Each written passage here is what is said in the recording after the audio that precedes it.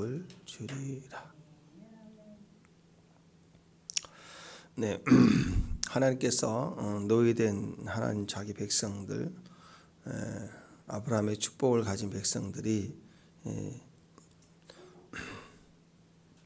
애굽에서 종살이 하다가 그들의 미래에도 내일도 없는, 그러면 갈수록 핍박 속에 고통을 당할 때 하나님 모세를 예비해서 그들을 출애굽시켰습니다. 자기 백성을 찾아오신 것이죠.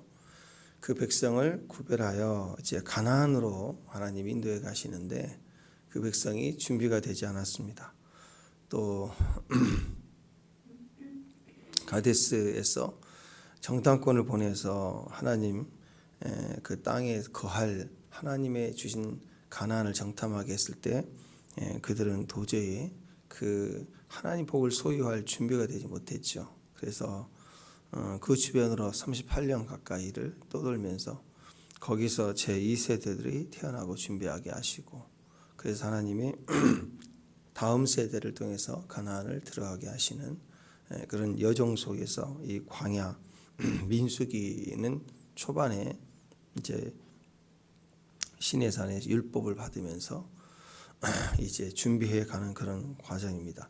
그러니까 지금이라도, 지금 따라온 지 지금 2년이 되기 전인데 이 정도에서도 준비가 되면 얼마든지 가나안 갈 수 있죠. 문제는 우리가 준비가 되지 않았기 때문이죠. 그래서 하나님께서 이스라엘 백성들에게 율법을 주면서 이 천하 만민 민족 중에 구별하셨습니다.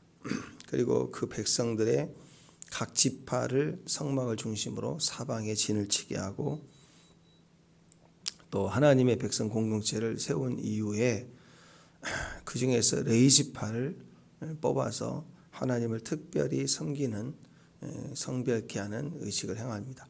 그 레위 지파의 상징은 세상 중에서 이스라엘이 구별됨이고, 이스라엘 백성들 각 장자들 초태성은 다 내 것이다 하는 그 상징의 의미로 레위 지파 사람들을 대신하게 했습니다. 그래서 그 레위 지파 사람들의 규례들, 행할 일들을 지정하시고, 그리고 나서 이제는 너는 내 것이다 라고 지정하신 하나님의 편에서가 아니라 이제는 혈통과 상관없이 남자든 여자든 이제 하나님, 제가 주님 것입니다, 저는 주님 것입니다 하는 고백하는 나실인의 규례까지 세워주신 거예요. 그래서 그들을 향한 거룩함, 역시 레위 지파 사람들보다 훨씬 더 지켜야 될 게 많습니다. 그 포도주만이 아니라, 술이 아니라, 레위 지파 사람들은 술을 먹었지만 술뿐만이 아닙니다. 포도 껍질, 초까지 먹지 않는, 그리고 죽음의 시체를 만지는 정도가 아니라, 만지면 안 되는 정도가 아니라 한 공간에 있어도 안 되는 정도 혹독하죠. 그러나 철저히 죄는 모양이라도 버리는 그런 것을 하나님이 율법으로 주신 게 아니고 그 백성의 나실인 스스로가 그렇게 그 귀하게 지켜서 나는 하나님의 것입니다, 이런 고백을 했다는 거죠. 성도의 삶의 모습을 그렇게 반영해 주고 있습니다. 저는 이 나실인의 이 고백, 거룩한 신부의 모습이라고 믿습니다. 우리가 예배자로 하나님 앞에 설 때 그런 자원하는 심령에서 예배의 모습이라고 믿습니다. 그 다음에 나실인의 기억, 이런 고백이 영적 여정으로 본다면 이런 고백을 하는 위치가 왔을 때, 그 정도 수준 됐을 때 하나님 드디어 복을 주신다. 그런 의미에서 오늘 마지막에 아론의 축복, 하나님을 통해서 백성을 축복하게 하시는 하나님의 축복이 나오기 시작하죠. 내게 복을 주시고 너를 지키시기를 원하며, 여호와는 그 얼굴을 내게 비추사 은혜 베푸시기를 원하며, 여호와는 그 얼굴을 내게로 향하여서 평강 주시기 원하노라. 이 세 가지의 기도 영역이 나오죠. 이 축복하다 하는 것은 바라크인데요. 하나님을 송축하다, 찬양하다 그런 뜻도 있고, 또 하나님 복 주시다, 풍성케 하다 그런 뜻도 있고, 또 엎드리다, 무릎을 꿇다라는 뜻을 갖고 있습니다. 하나님 앞에 무릎을 꿇을 때, 내가 꺾였을 때 하나님 복을 주신다. 그 결과로 우리는 찬송이 된다, 송축한다, 그런 뜻입니다. 그래서 찬양하면 하나님 복을 주세요. 찬양한다는 것은 내가 꺾였다는 거예요. 뭐 한두 번 따라서 이렇게 부를 수도 흥얼거릴 수는 있겠지만 그건 찬양이 아닙니다. 찬양은 그 영광스러운 주님 앞에 연약한 우리가 하나님의 이름을 찬양하고 영광하는 것 자체가 순복이죠. 엎드릴 수밖에 없는 거예요. 그래서 하나님 앞에 송축하다 찬양하다 그 뜻은 우리가 무릎을 꿇었다 경배하다 무릎을 꿇었다 무릎을 꿇었다 하나님 앞에 무릎을 꿇으면요 하나님 복을 주세요. 세상 앞에 무릎 꿇은 사람은 하나님 찬양 안 해요. 세상을 노래하죠. 이대로 하고 세상을 즐거움을 노래하지 하나님을 노래하지 않습니다. 그러니까 홀로 한 분 하나님께 모든 영광 드리라 경배하라. 이것은 무릎을 꿇지 않고서 나올 수 없는 가사죠.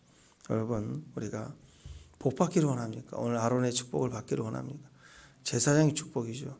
그러면 반드시 하나님 앞에 찬양이 돼야 됩니다. 구약에서는 축복 이런데 신약의 의미로 바꿔오면 이제 은혜예요. 은혜. 축복을 받아라. 그 말은 은혜를 받아라. 은혜를 받았다. 그리고 전체적인 의미는 평강입니다. 완전히 이루어진 은혜를 받은 이유, 완성된 모습, 또 축복을 받은 이후에 모든 승리, 또 모든 완성, 열매 다 맺힌 상태, 그 평강이에요. 샬롬, 그 예루살렘, 솔로몬, 새 예루살렘, 완성된 하나님의 나라, 다 샬롬입니다. 그래서 저와 여러분 그런 샬롬. 옛날에 우리나라에도 평강공주가 계셨는데 하여튼 샬롬입니다. 샬롬. 그래서 축복은 무릎을 꿇을 때 하나님 앞에 저는 주님 것입니다 하는 나시린의 심령에 무릎이 꿇음이 있을 때 은혜로 주시는 거예요. 은혜. 꼭 기억해야 됩니다. 축복은 은혜와 같은 공통점이에요. 그렇죠? 뭐가 똑같아요? 하나님으로부터 오는 거예요. 축복은 하나님으로부터 와요. 은혜도 하나님으로부터 와요. 또 값없이 주시는 거예요. 노력해서 뺏고 얻고 성적표로 주시는 게 아니에요. 월급이 아닙니다. 하나님은 우리에게 은혜를 주세요. 축복은 우리에게 은혜로 주시는 거예요. 또 일단 받으면 어떤 처지 어떤 상황이든 받으면 승리해요. 무조건 받으면 승리해요. 받은 이후에 내가 막 어떻게 노력을 하고 애쓰고 그런 게 받으면 그 자체가 이미 승리인 거예요. 그러니까 복은 절대로 내가 만드는 게 아닙니다. 은혜는 내가 자꾸 뭘 만들어내는 게 아니라고. 내가 계획하고 막 어떻게 뭘 작동하고 그런 게 아니라 철저히 하나님이 주시는 것입니다. 그래서 무릎을 꿇어야 돼요. 무릎을. 꺼졌나요? 무릎을 꿇어야 되는 거예요. 무릎을 꿇어야 하나님이 은혜로 주시는 거고 값없이 주시는 거고 받으면 무조건 승리하는 거예요. 그러니까 축복 없이 되겠어요? 반드시 축복이 있어야 됩니다. 축복합니다. 무조건 하나님께 복 받기를 바랍니다. 받아놓고 시작을 해야 돼요. 받아놓고 잘하는 거 잘 자라고 승리하고 형통하고 다 좋은데요. 일단 태어나야죠. 거듭나야 되는 거 아니에요? 은혜로 거듭난 거잖아요. 그죠? 근데 세상에서는 도 닦는 거 보세요. 착한 행실 많이 하고 공을 쌓고 무슨 계룡산에 30년 도 닦아야 그 다음에 무슨 득도를 한다 이렇게 복을 받는다 그러는데 그렇게 순서가 바뀌었어요. 우리는 예수님은 은혜로 거듭난 거예요. 인생도 부모님의 은혜로 내가 태어난 거예요. 태어나야죠. 태어나고 족보에 기록되고 나서부터 우리는 자라가는 거예요. 잘 자라가야 돼요. 그래서 하나님의 사랑 안에서 우리가 이 세 가지 복을 잘 받고 은혜로 나갔으면 좋겠습니다. 여기다가 자기 이름을 넣어서 아론의 축복을 하십시오.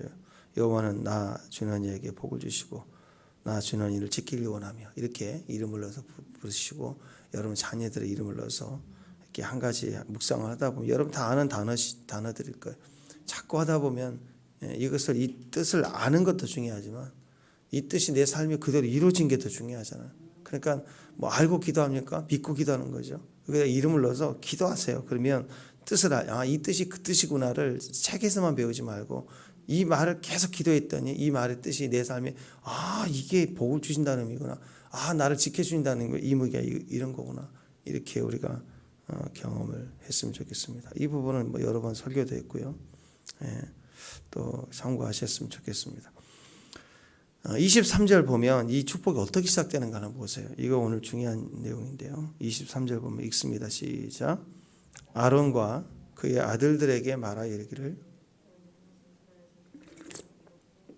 이렇게 축복하여 이르되. 자 보십시오. 이렇게 축복하여 이르라. 그 말은 무슨 뜻입니까? 이 제사장이 이스라엘 자손을 위해서 이렇게 축복하면 그 다음에 하나님께서 너희가 축복한 그대로 복을 주시겠다라는 뜻이에요. 그걸 계획하고 말씀하시는 거예요. 그러니까 너희는 이렇게 축복하라 하는 거예요. 그러면 내가 이렇게 복을 주신다. 그런 의미입니다.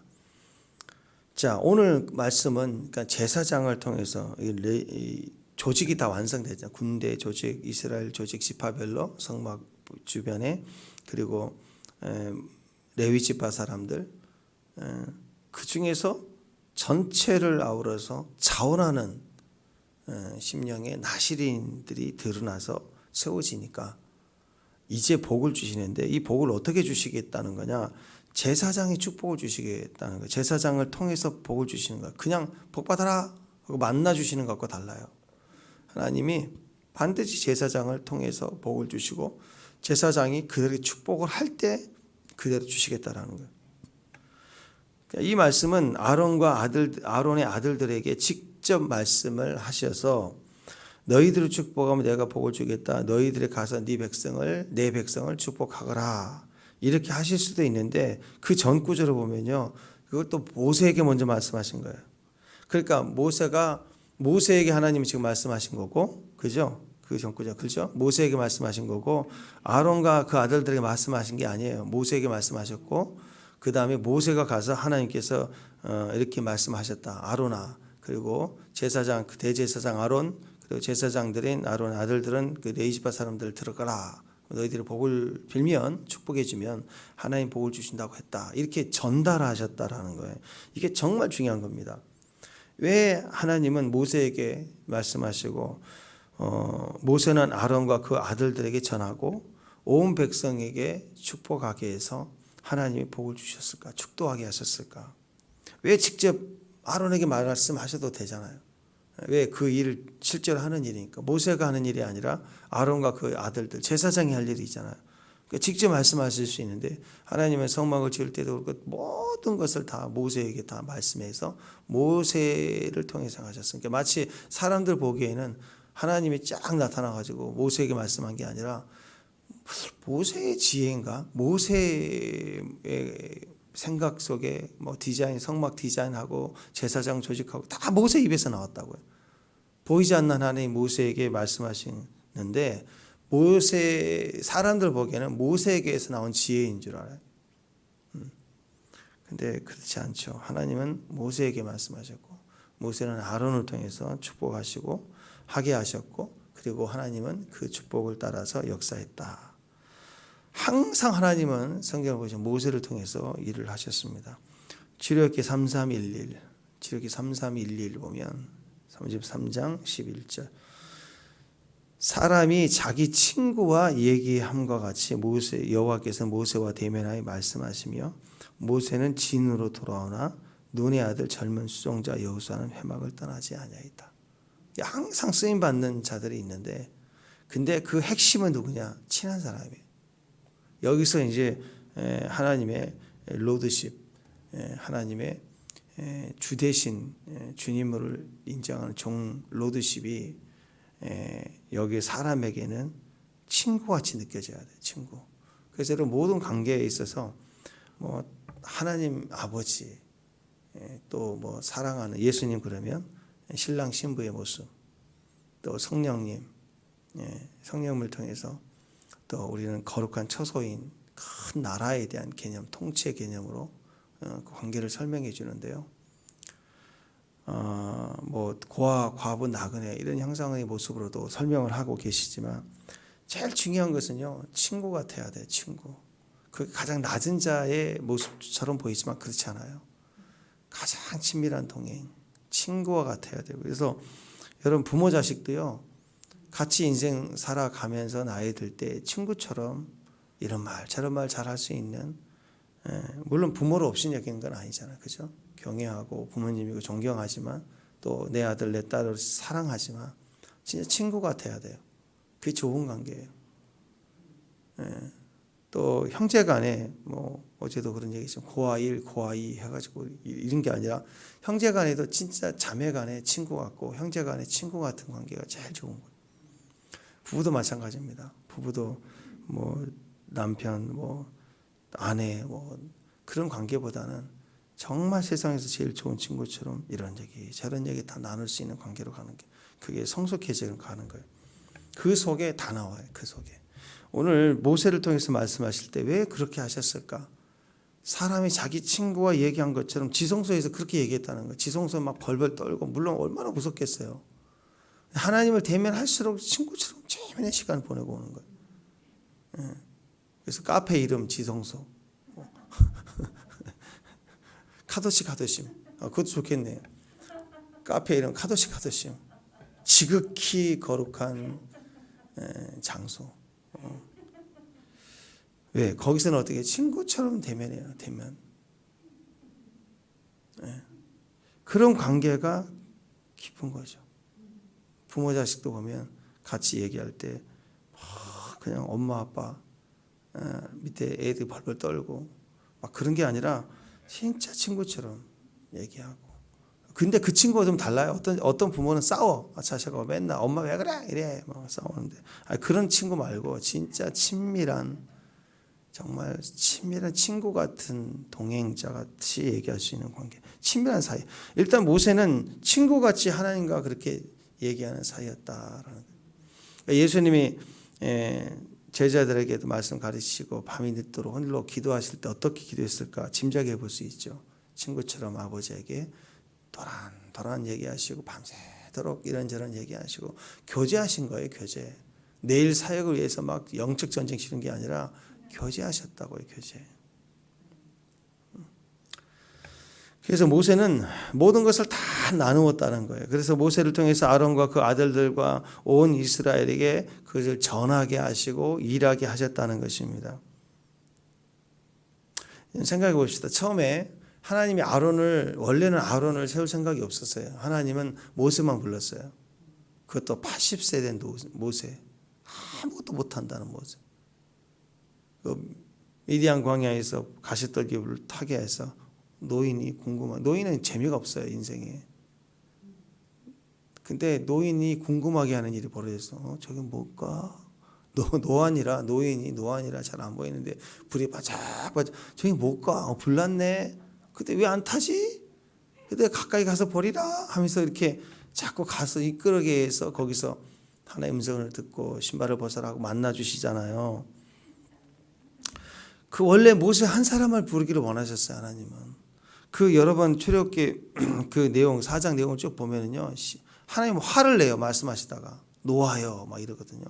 제발 가라고 하는데 저는 못 가요. 그러면서 계속 나는 원래 말을 못 합니다. 나는 입이 좀 뻣뻣합니다. 뭐 혀가 둔합니다. 뭐 나 말고 다른 보낼 사람을 너 가라 그래. 나 말고 또 보낼 사람 보내소서. 그러니까 하나님 자꾸 가라고 하는데 자꾸 방어벽을 친다고요. 철벽을 치니까 주님이 노하셨다 그랬어요. 노하셔서 화가 나서 겨우 하시는 말씀이 네 형 아론이 있지 않니? 그러면서 아론을 그때 세운 거예요. 그러니까 모세가 자꾸 하나님 화나게 해서 말하는데 좀 가라 그러면 예 하고 가야지. 아주 못 간다고 질질 빼고 하니까 그러니까 모세는 가만히 이 장면을 보면 하나님 앞에서는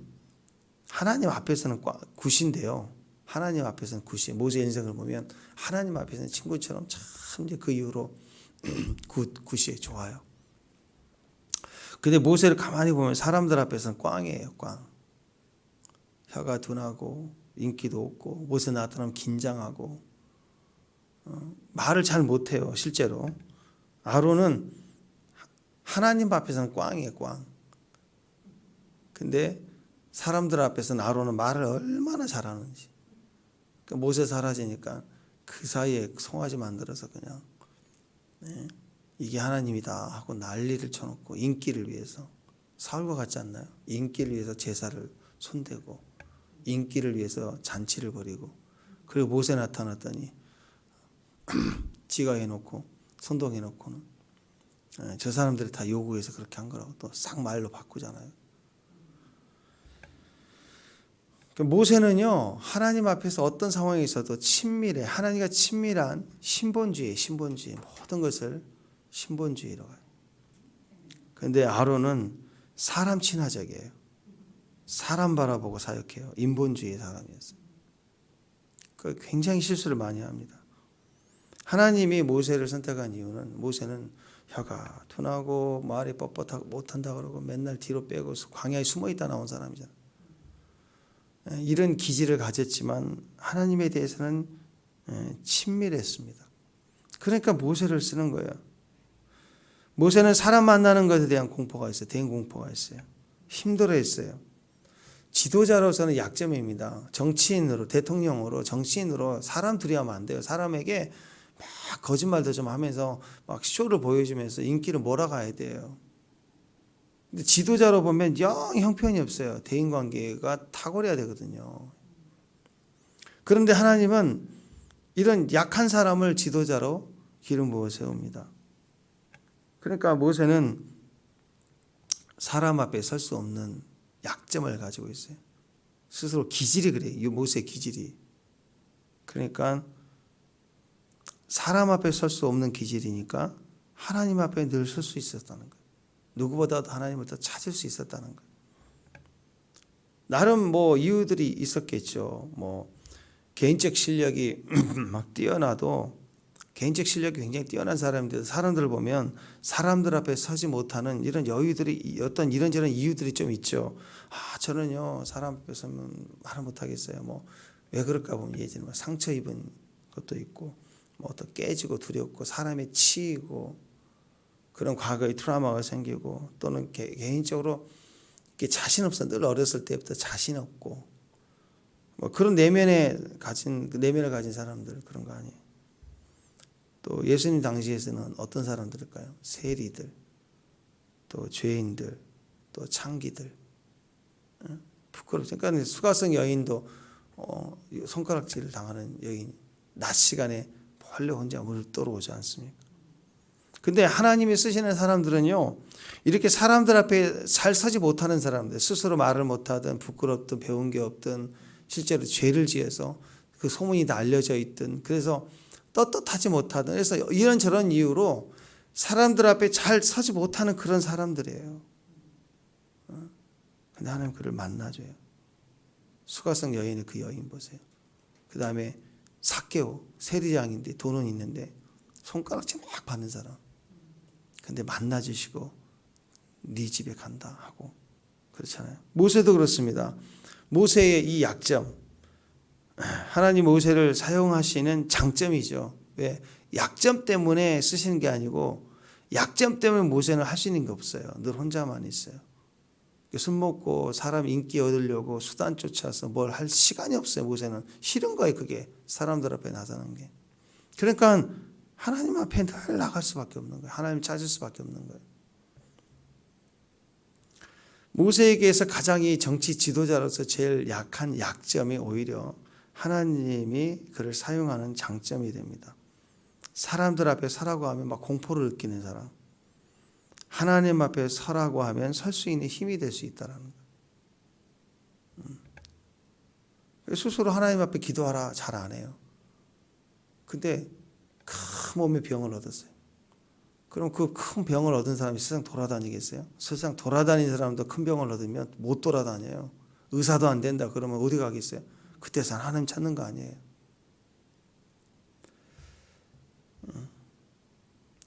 민수기 12장 이제 후반에 가면 3절에 보면 이 사람 모세는 온유함이 지면에 모든 사람보다 더했다 그랬어요. 온유함이. 그러나 우리가 모세 이야기를 보면 알지만 모세는 원래 온유한 사람이 아닙니다. 혈기 충만한 사람이에요. 그런데 하나님을 만난 이후에 그가 온유함이 되었다라는 거예요. 여러분 자기 중심적인 사람, 자기 애가 강한 사람, 자기 수단이 많고 힘이 있을 때 이런 사람들은 혈기가 많습니다. 혈기가 강합니다. 왜냐하면 그걸 막 해보려고 하는데 돈 있다고 되는 건 아니잖아요. 재력과 힘을 가졌는데 안 돼요. 힘이 없는 사람은 자기 뜻대로 해보려고 하지도 않아요. 근데 힘이 있는 사람은 자기 뜻대로 해보려고 하거든요. 그런데 세상 일이란 건 힘 있다고 되는 게 아니고 잘 안 돼요. 세상은. 그러니까 막 화가 나는 거예요. 이기려고 하면서 성내려고 화나고. 그러니까 점점 혈기가 막 강해지기 시작하는 거예요. 혈기가 충만해지는 것입니다. 근데 그 가능성이 팍 부러져 버려요. 그게 탁 꺾여버리고요. 박살나 버려요. 그러면 혈기 많은 사람이 푹 꺼져요. 혈기가 사라져요. 그냥 예수님 만나면 막 꺾여버린 거예요. 꺾여버리니까 혈기가 죽고 점점점 온유한 사람이 되기 시작하는 거예요. 화내서 될 일이 아니라는 걸 철저히 깨달으니까 엎드리고 매달리고 찾고 구하는 자가 되더라. 얼마나 많이 꺾였겠어요. 꺾이니까 달라진 거예요. 사도 바울도 뭐 아니면 도예요. 그냥 죽으면 죽겠다고 그렇게 사람들을 예수쟁이는 죽인다고 생각해서 했던 그런 사람들 아니에요. 그지만 나중에 주님을 만나고 꺾이니까 광야의 시간을 보내고 돌아왔을 때 그때도 그 기질이 있어요. 하나님 일을 하는데도 여전히 기질이 있어요. 그래서 마가 데리고 가지 않잖아요. 그냥 화딱지 확 나가지고 바나바와 싸우고 돌아가 버리고. 근데 나중에는 마가를 보고 싶다 데리고 와라 그러잖아요. 바뀌니까 점점점. 그러니까 사도 바울이 점점점 그는 날마다 죽는다 그거예요. 계속 꺾인 거예요. 꺾인 거. 사역하면서도 욱하고 올라오는 혈기들이 계속 죽어가니까 더 온유해지고 사랑이 많아지고. 바울은 지적인 사람이라 냉철하거든요. 철저하거든요. 근데 꺾이니까 사랑이 풍성한 사람이 돼버려요. 균형을 이루게 됐다는 거죠. 자기 자신에 대해서도 세상에 대해서도 완전히 실패한 모세가 돼버리니까 이제 드디어 하나님 앞에 설 수 있게 된 거예요. 탕자도 망하지 않았으면 돌아오겠어요? 그 돈으로 더 아파트 몇 채 사고 더 잘 살고 살았겠죠. 꺾이고 바보 되니까 아버지 집으로 돌아오게 됐어요. 혹시 생각할 때 야, 지금 내 모습이 모세와 같나 그렇게 생각이 드는 사람이 혹시 있습니까? 하나님 안에서는요, 인싸보다 아싸가 훨씬 더 가능성이 있습니다. 인기 많은 인사이드에 속한 인싸들, 인기 많은 사람보다 맨 아웃사이드, 상처받고 차별받고 혼자 있고 겨우 버티는 사람들. 같은 하나님의 임재 속에서 결과가 달라질 수 있어요. 그렇잖아요. 여러분, 우리에게 10만 원 용돈 주면 뭐 별거 아니네 그럴 수 있잖아요. 저 방글라데시 같은 데서 10만 원 엄청나게 큰 거예요. 큰 거. 같은 돈인데 가성비가 좋죠. 하나님 앞에서는요, 이런 인싸보다 인기 많은 사람보다 인기 없고 외톨이고 혼자 있고 늘 말없고 이런 사람들에게 주님이 찾아오시면 훨씬 더 큰 일이 이루어집니다. 맨날 나는 실패자, 뭘 딱 부러지게 하는 뭐도 없고 성공한 적도 없는 것 같아요. 자기를 살펴보니까 사람들 모임에 나가는 거, 동창 모임에 가는 거, 어떤 모임에 간다는 게 좀 부담스럽고 두렵고 누가 뭘 순서 맞게 할까 봐 막 화가 나고 사람들 앞에 혹시 서면서 인사말이라고 하라 그러면 막 말도 못하고 뭐 그런 상황이 막 공포스럽고 대표기도 한번 하라고 하면 안 나와버리죠. 뭐 식은땀 나니까. 혹시 그런 자기 모습이 있나요? 아주 가능성이 높아요. 하나님을 만나면 크게 될 인물이에요. 크게 될. 당장 말주변이 좋은 아론 스타일보다는요, 혀 짧고 말 더듬고 안녕하세요 뭐 이런 사람들, 이런 모세 스타일이 지도자감이에요. 지도자감. 오히려 공동체 안에서 재능 많고 사람 잘 따르고 수단이 좋고 인기 좋고 이런 말이 좋은 아론 스타일, 일단은 좋을 땐 좋죠. 인기가 막 빨리 이렇게 선동하고 막 이렇게 하는. 근데요, 결정적인 순간에는 사람 선동해 갖고 공동체 힘들게 해요. 쪼개버리고. 그래서 하나님이 자꾸 아론을 안 써요. 붙여서 쓰고 한번 기능하게 하는 거죠. 모세, 다윗 다 보세요. 사도 바울 다, 요한 하나님의 사람들 특징입니다. 일단은요, 개인적으로는 하나님 완성해가지고 능력을 주시지만 개인적으로는 일단은 부침성이 별로 없어요. 친구 별로 없고 일단 내가 좀 부족해 보이고 단순하고 말도 늘 어눌하고 아무리 노력해도 사람과 좀 친해질 수 없는 그런 사람들, 출신도 별로 안 좋아요. 심지어는 주변 사람들이 다 싫어하기까지 해요. 늘 혼자만 민감해 있어요. 이런 기질이 오히려 하나님 앞에서는요, 하나님 편에서는 훨씬 더 쓰기 좋은 사람이에요. 만나주시면 되니까. 말이 좋은 사람, 수단이 좋고 인기가 좋은 사람, 하나님 앞에 나가서도 항상 일단 말이 많은 사람들.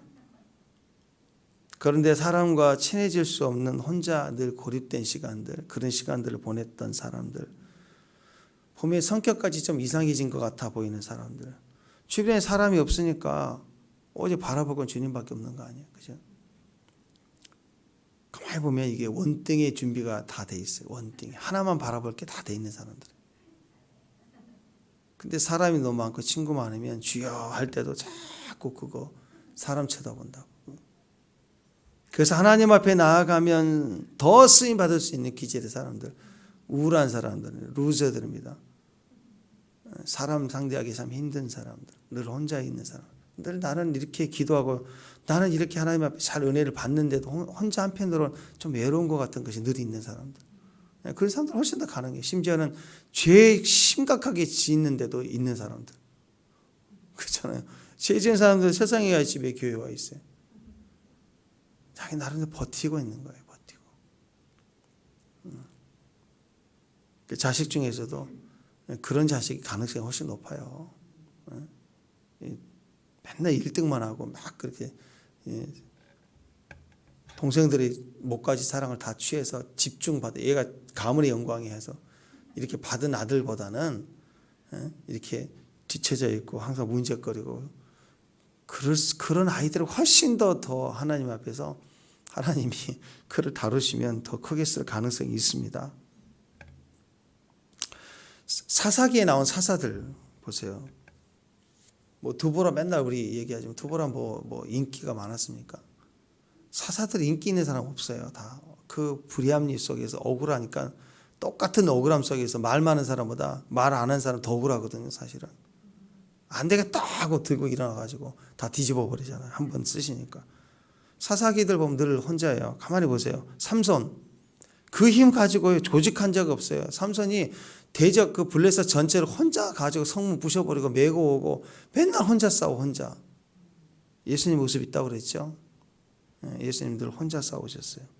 다윗 보세요. 부하들이 많죠. 충성됨이 있었습니다. 그런데 다윗의 인생은 늘 혼자예요.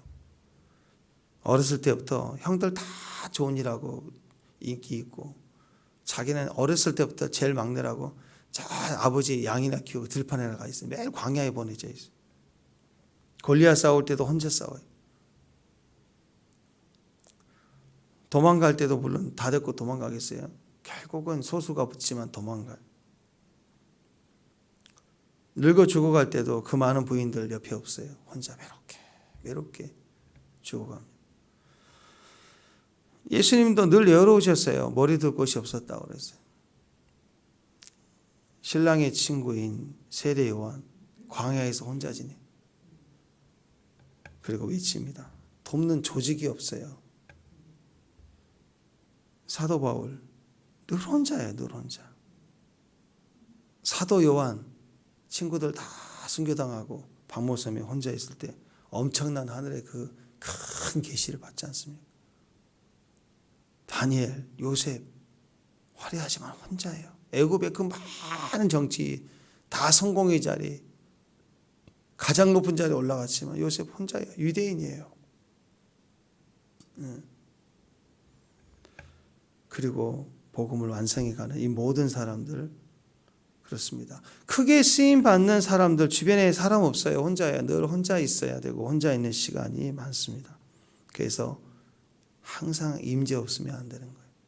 하나님을 찾는 사람들이 하나님 없이는 하루도 안 되는 거예요. 이것이 능력의 비결이 되었다는 거예요. 능력의 비결. 그러니까 어떤 특별한 하나님의 사람들, 어떤 특별한 영성 훈련을 이렇게 막 지도받고 훈련 받아가지고 막 능력이 생긴 게 아니고요. 안 돼도 그렇게 안 되는, 못나도 그렇게 못난, 뭐 될 일이 아무것도 없는, 뭐 아는 것도 없고 무지할 뿐이고 돈도 없고 몸에 병만 있고 그렇게 되는 과정이 계속 반복되면서 꺾이고 다 꺾인 사람들이에요. 성경 인물 다 보세요. 다 꺾이는 과정이 있어요. 다 꺾였어요. 아무도 없어요. 근데 거기서부터 출발해가지고 하나님이 쓰시는 거예요. 이게 비결이었습니다. 광야의 사람들이었다. 광야의 사람.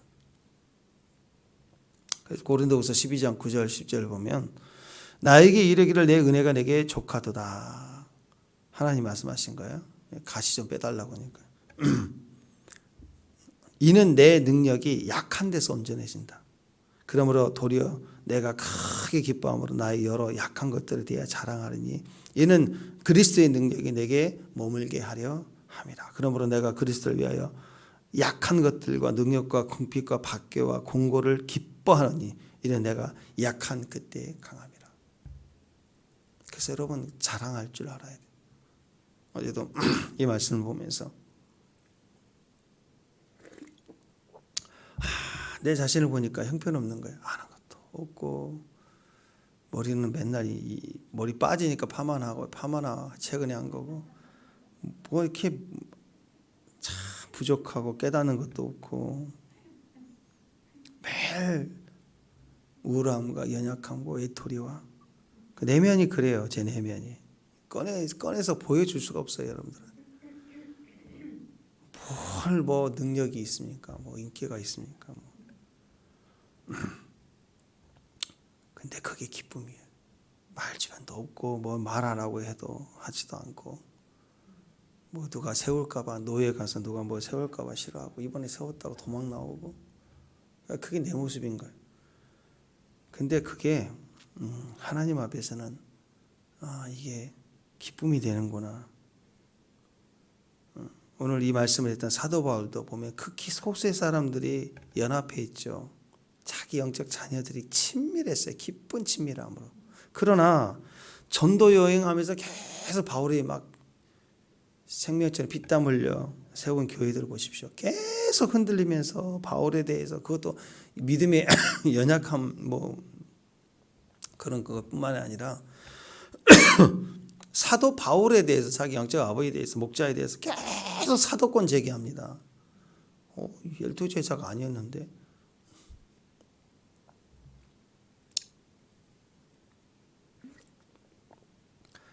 세상에서의 그 어려움 당하는 게 아니라 자기가 세운 교회 안에서 끊임없이 의심당하고 거절당하고 고린도후서만 보더라도요. 계속 다툼과 시기와 분냄과 당짓는 것과 비방과 수군거림과 거만함과 혼란 이게 교회 모습인데 누구를 타겟으로 하냐면 자기 목자를 향해서 계속 분당하고 비방하고 수군대고 네가 뭐 사도권이냐.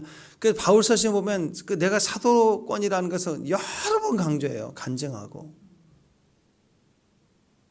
그러니까 한마디로 교회가 바울에 대한 존경심이 없는 거예요. 바울은 존경을 받지 못했어요. 예수님도 존경받지 못했어요. 지금도 유대인들은 예수님 존경하지 않아요. 이방인 교회들이 이렇게 보다는 보리짝 같은 대한민국이 이렇게 변방에 있는 나라들은 막 주님을 찬양하고 막 이렇게 외치지. 바울은 존경받지 못했어요. 그런데 생각해 보세요. 존경받지 못하면 일 못하나요? 예수님도 안팎으로 고난당했잖아. 자기 고향 땅, 자기 가정에서. 예수 미친 줄 알고 형제들이 잡으러 왔어. 예수님을. 미쳤다 하더라 하고. 기가 막히잖아요. 이스라엘에서. 근데 여러분 곰곰이 생각해야 됩니다. 그리고 잘 생각해야 됩니다. 여러분 진짜 주의 길 가는 거. 여러분 주의 길 가는데 사실 누가 환영하나요? 성경 보세요. 주의 길 간다 그러면 누가 환영하나요? 좁은 길 간다는데, 기도의 길 간다는데, 금식한다는데, 십자가 길 가겠다는데, 성교 가겠다는데 누가 환영해줘요? 그러니까 여러분 예수님부터 모세도 그랬고 자기를 구원해 주려고 온 사람인데 바로가 거절하는 건 당연한 거고, 이스라엘 백성들이 모세를 막 거절하잖아. 네가 왜 와가지고 바로 심기 건드려서 불편하게 하냐고. 돌로 쳐 죽이려고 하고, 다윗을 돌로 쳐 죽이려고 하고. 왜 그래요? 진짜니까. 진짜니까요. 존경심이 없어요. 거절합니다. 미워합니다. 수군덕거립니다. 거만합니다. 비방합니다. 주의 일을 할 때 다 경험하는 거예요. 주의 길은 그런 길이에요. 좁은 길이에요. 환영받지 못한 길이에요. 그래서 돈이 없어도 야, 우리 한번 이번 주에도 놀러 갈까? 그러면 다 돈이 없어도 그래? 그만 해볼까? 하고 다 가족이 환영해요. 근데 같이 예배 시작하자. 그러면 다 싫어합니다. 다 싫어해요. 다 거절해요.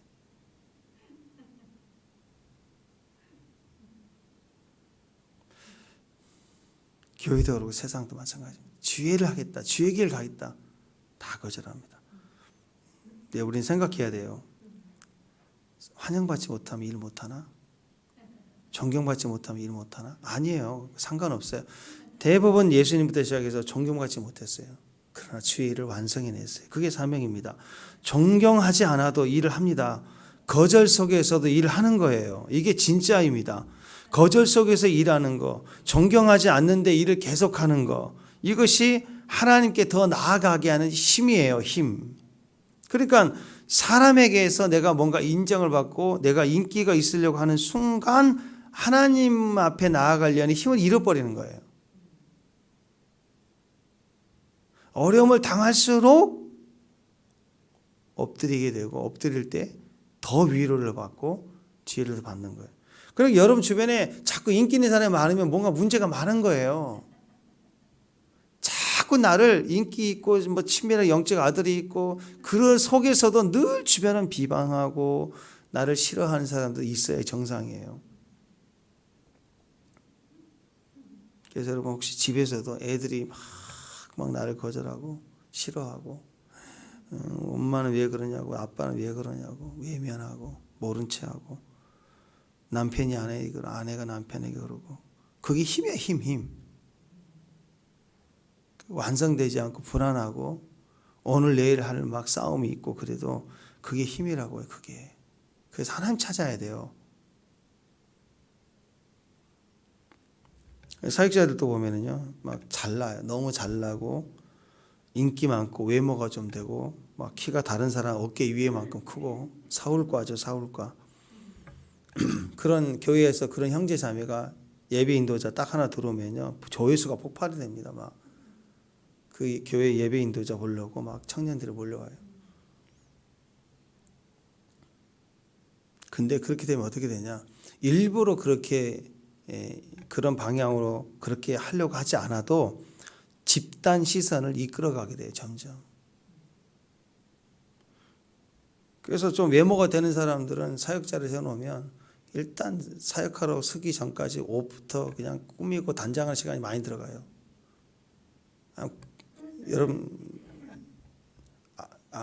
여러분 그러시죠? 예. 근데 외모가 상관없는 사람들은요, 교회 가자고 응 하고 바로 가요. 그 남 앞에 좀 외모가 돼서 쓰려고 하면 하여튼 꾸미는 게 시간 들이는 거예요. 눈물 주시는데 팍팍 흘리지 못해요. 이게 검은 눈물 될까봐 막 이렇게 좀. 좋은 옷 입었으니까 마음껏 뛰지도 못하고.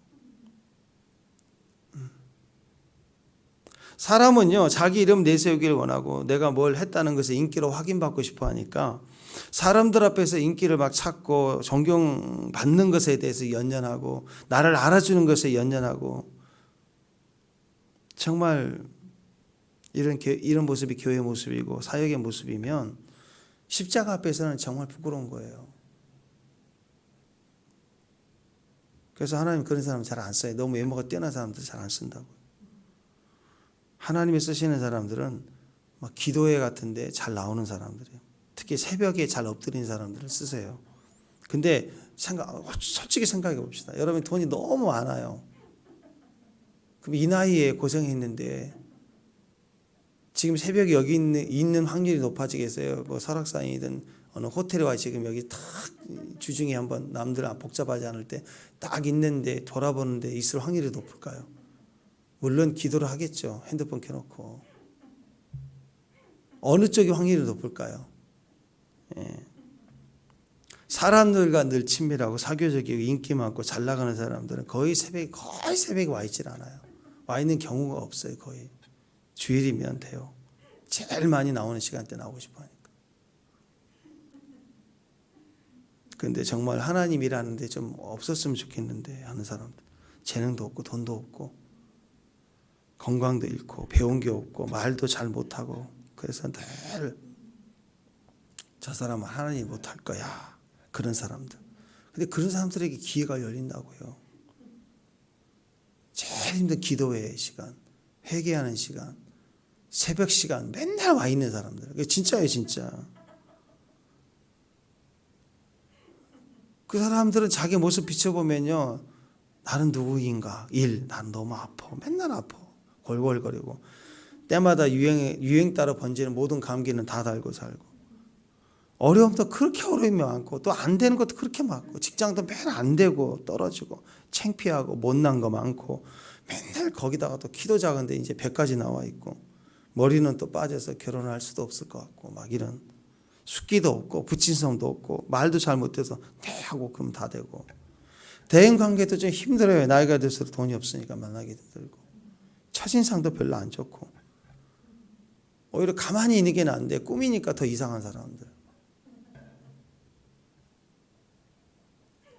이런 사람들은요, 하나님의 현장에 가면 꼭 있어요. 부흥의 현장, 뭐 남들은 해외여행 간다고 난리치는데 경험이 없어요. 근데 어디 가 있느냐? 예루살렘에 가 있어 성경 붙잡고 있는, 인스타에 사진 올라온 거 보면 맨날 성경 붙잡고 있고 깨짜지한 모자 쓰고 있고 막. 근데 예루살렘에 가가지고도 화장 쫙 해가지고 빨간 거 입고 막 돌고 있고 인기가 많죠. 근데 진짜는요, 새벽의 사람들, 기도의 사람들, 눈 비비고 일어나서 아무런 도움이 안 되는 자리에 몸은 아파가지고 앉아있는 사람. 그렇잖아요. 새벽에 교회 와서 사람 만나는 게 기쁘면요, 인기 얻으려고 하면 새벽에 교회 올 수도 없죠. 새벽에 오더라도 뭐하고 와야 돼요? 인기 얻으려면 화장하고 와야죠. 너무너무 감사해요. 새벽에 오는데 맨날 엎드려 있는 사람도 화장하고 올 필요 없잖아요. 옷도 뭐 옷장에 무슨 옷이 필요해요? 따뜻한 것, 이불 같은 거 하나 덥석 메고 오면 교회 오는 거지 뭐. 어디서 눈 감고 딱 엎드려 있다 가는 거. 하나님과 친밀한 사람들의 특징입니다. 새벽에도 교회 왔는데 사람과 지나면 좋은 옷 입고 와요. 좋은 차에 다 꾸미고 화장까지 하고 와야 되니 얼마나 바쁘겠어요. 사람들 앞에 설 수 없는 사람, 사람들 앞에 서는데 자격이 없는 사람, 근데 하나님이 세우면 강력해집니다. 그게 은총이니까.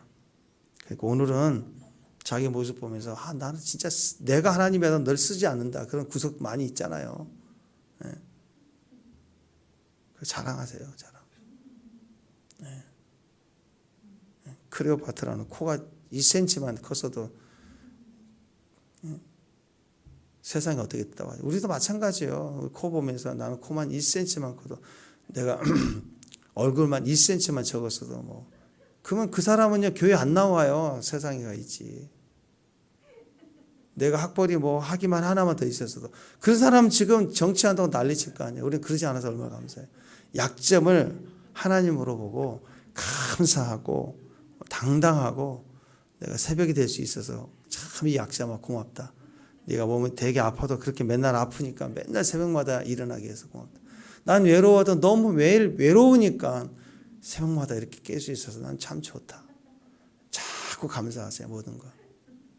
돈 있으면 돈 있는 대로 감사하지만, 없어서 내가 하나님 이렇게 새벽마다 자주 있어서 참 감사하다. 모든 것을 오늘 막 자랑하고, 그 뒤집어짐이 복이라. 그래서 그 배경을 가지고 오늘 세 가지 바라크가 우리에게 기도가 되어야 돼요. 베이스의 베이스. 아멘.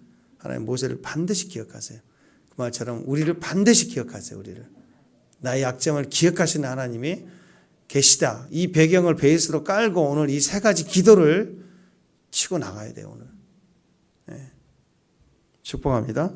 네, 그 승리가 있기를 바랍니다. 기도합니다. 여호와는 내게 복 주시고 너를 지키시기를 원하며 여호와는 그 얼굴을 내게 비추사 은혜 베푸시기를 원하며 여호와는 그 얼굴을 내게로 향하여 되사 평강 주시기를 원하며 망해도 다 망하고 없어도 그렇게 없는 사람, 아프기만 가득한 사람, 그럼 내게 복 주시고 나를 지켜주시고 내게 얼굴을 향하여 비추시고 은혜를 베푸시고 나에게 평강 주시기를 원하시는 하나님 찬양합니다. 예수님의 이름으로 기도합니다.